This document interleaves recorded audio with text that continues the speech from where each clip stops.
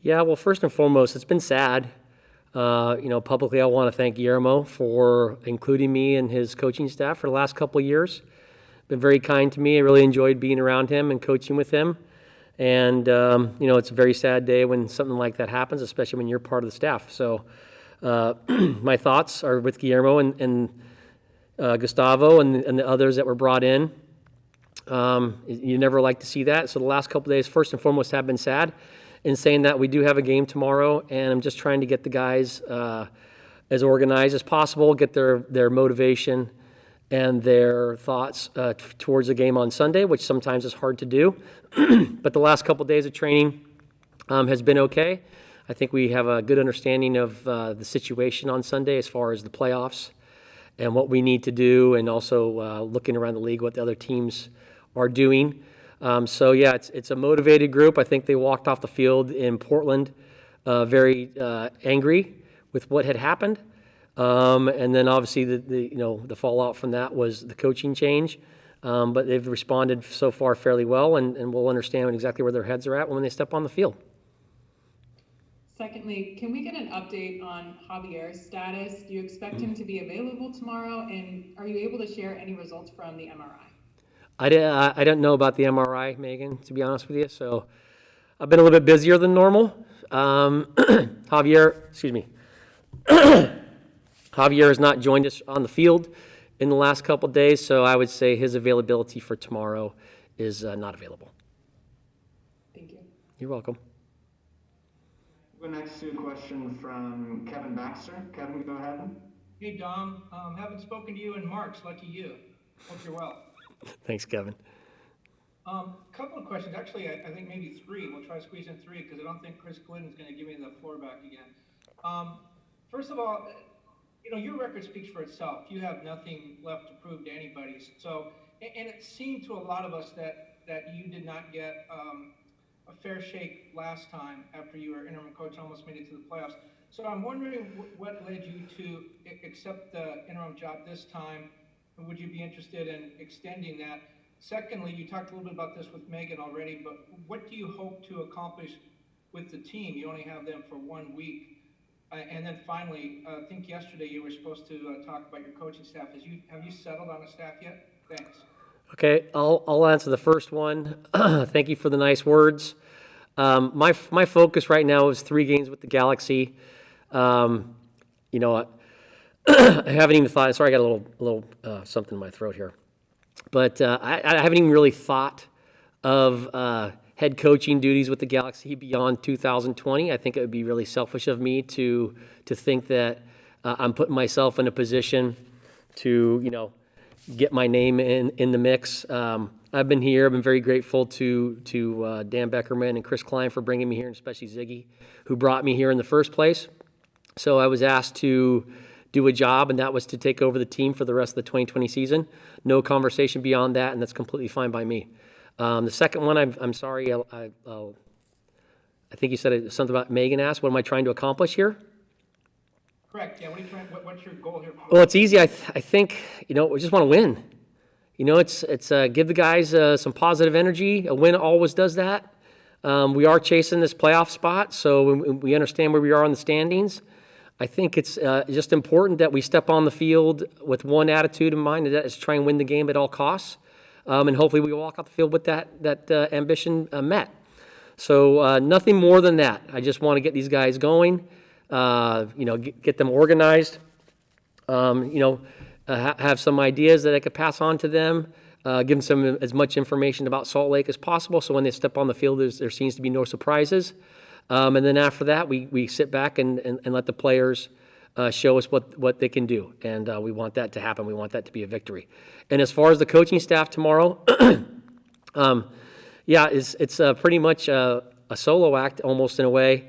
Jovan Karofsky, our technical director, will be helping me with with set pieces and doing the substitution cards. And other than that, it's just our fitness guys, because in order for people to join us here to be part of the staff, they have to quarantine for 9 to 10 days. So unless any of you have been getting tested in the last 9 to 10 days and have been quarantining, you're more than welcome to come join me on the bench. Thank Next, you. we're going to go to a question from Damien. Damien, go ahead. Hey, Don. Hey, Damien, how you doing? Good.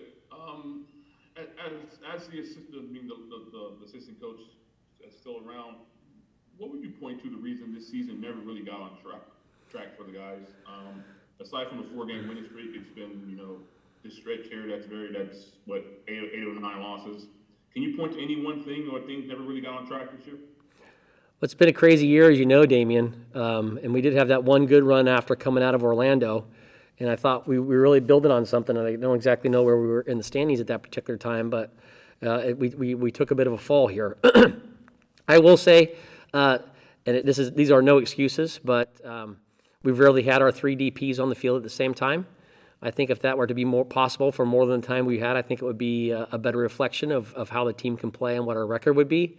So that for me is always a problem when you don't have your money players on the field and healthy when they're on the field. I think, and then in case of that, when you look around, we've given up a lot of goals in a lot of ways. And I think, sometimes our attention to detail or our attention to the danger when the other team has the ball needs to be sharper. And Guillermo was pounding this home all the time. So it wasn't something that was just kind of swept under the rug. It was something that was talked about constantly. It just was about making plays and making big plays. The defensive record, when you look at it, is not wonderful. And I think when you look around the league, that the teams that are on the top of the table have good defensive records. Now, I'm not saying it's just the goalkeeper, the back four, and some others. It's an absolute team effort, and I think that's something that the players would hold their hand up and say that they could be better at. Thanks, Don. Thank you. Looks like we have 2 more as of now. We're going to go next to Josh Gessman. Go ahead. Hey, Don, thanks for talking to me. Hey, Josh.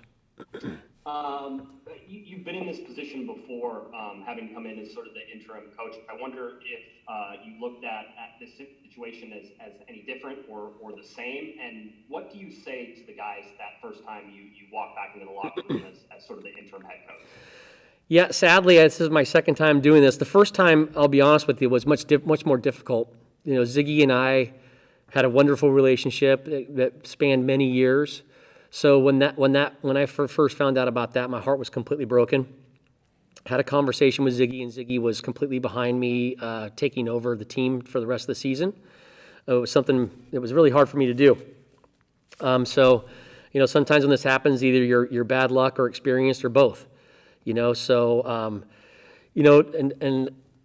the first thing I said to them was, we have to understand that we were all in the locker room together because of Guillermo. He was responsible for us all being in the locker room, whether we being a player or a coach or a staff member. And on the other hand, we were all responsible for him not being in the locker room when this happened. So we have to take responsibility, whether it be, the assistant coach to a fitness coach to, a guy who's played all the minutes that we've had this year.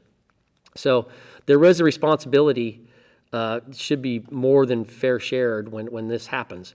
And saying that, it was a very quick meeting the first time. The next time we met, we just had a quick little video meeting and then expectations and just kind of a clearing of the air of, yes, we're disappointed. We are angry and sad that this has happened to Guillermo. But the next thing is you have to prepare for a game.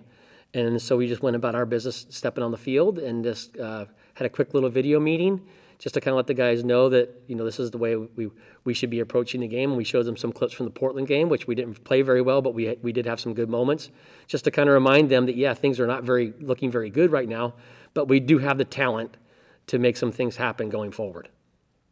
Did you get a chance to speak to Guillermo before he left? Yes, I did. We're going to go next to Daniel Schwartzman. Daniel, go ahead.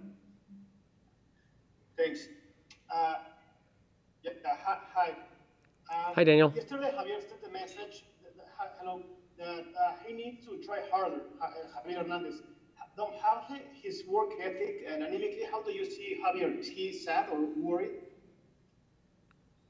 I'm sorry. Could you repeat the question? Sure. Yesterday, Javier sent a message that he needs to try harder. How is his work ethic and anemically? Is Javier sad or worried about the situation? Yeah, he sent a message.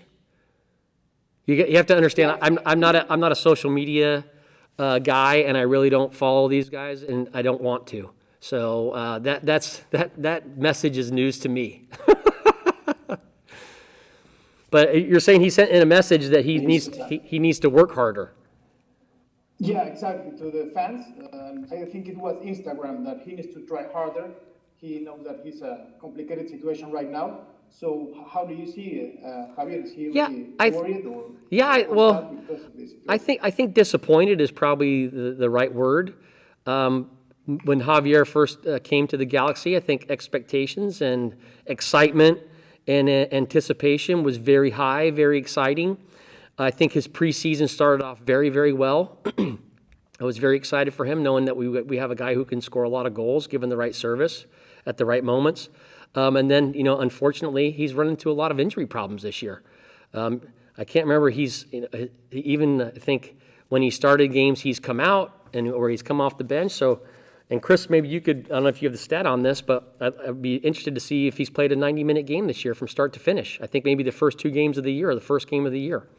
So that goes to saying that's, of course, it's worrying when you get injured because you don't want to be injured first off, but you want to make sure you're on the field. And I think the intention of bringing Javier here was one of we're getting a good player to score goals, but when that player is not on the field for whatever reason, injury, lack of form, we have to come back to it and look at what went wrong to make sure it doesn't happen again. Thanks, appreciate it. Do you have his handle so I can follow him? Is that something you can maybe pass on to me? To clarify as well, Dom's comments, out of 10 games, Javier has played 4 for a full 90 minutes this season. Okay. I think that we have one last question we'll go to from Salvador Perez. Salvador, go ahead. Thank you, Chris. Hi, Dom. Hi, Salvador. Best wishes in these games. Thank you. Hey, Dom.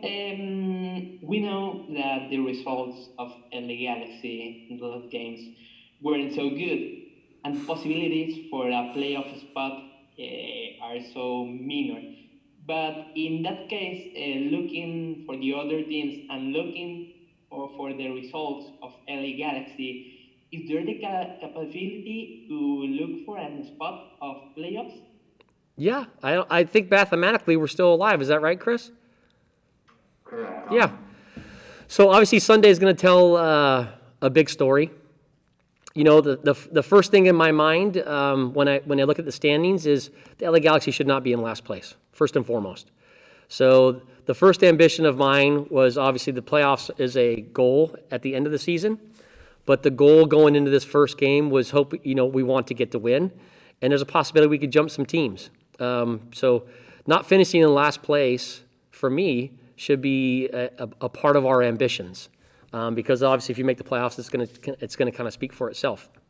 So, yeah, we have to have other teams kind of fall by the wayside, and we have to go on a really good run here. But also we can only play one game at a time, as we all know.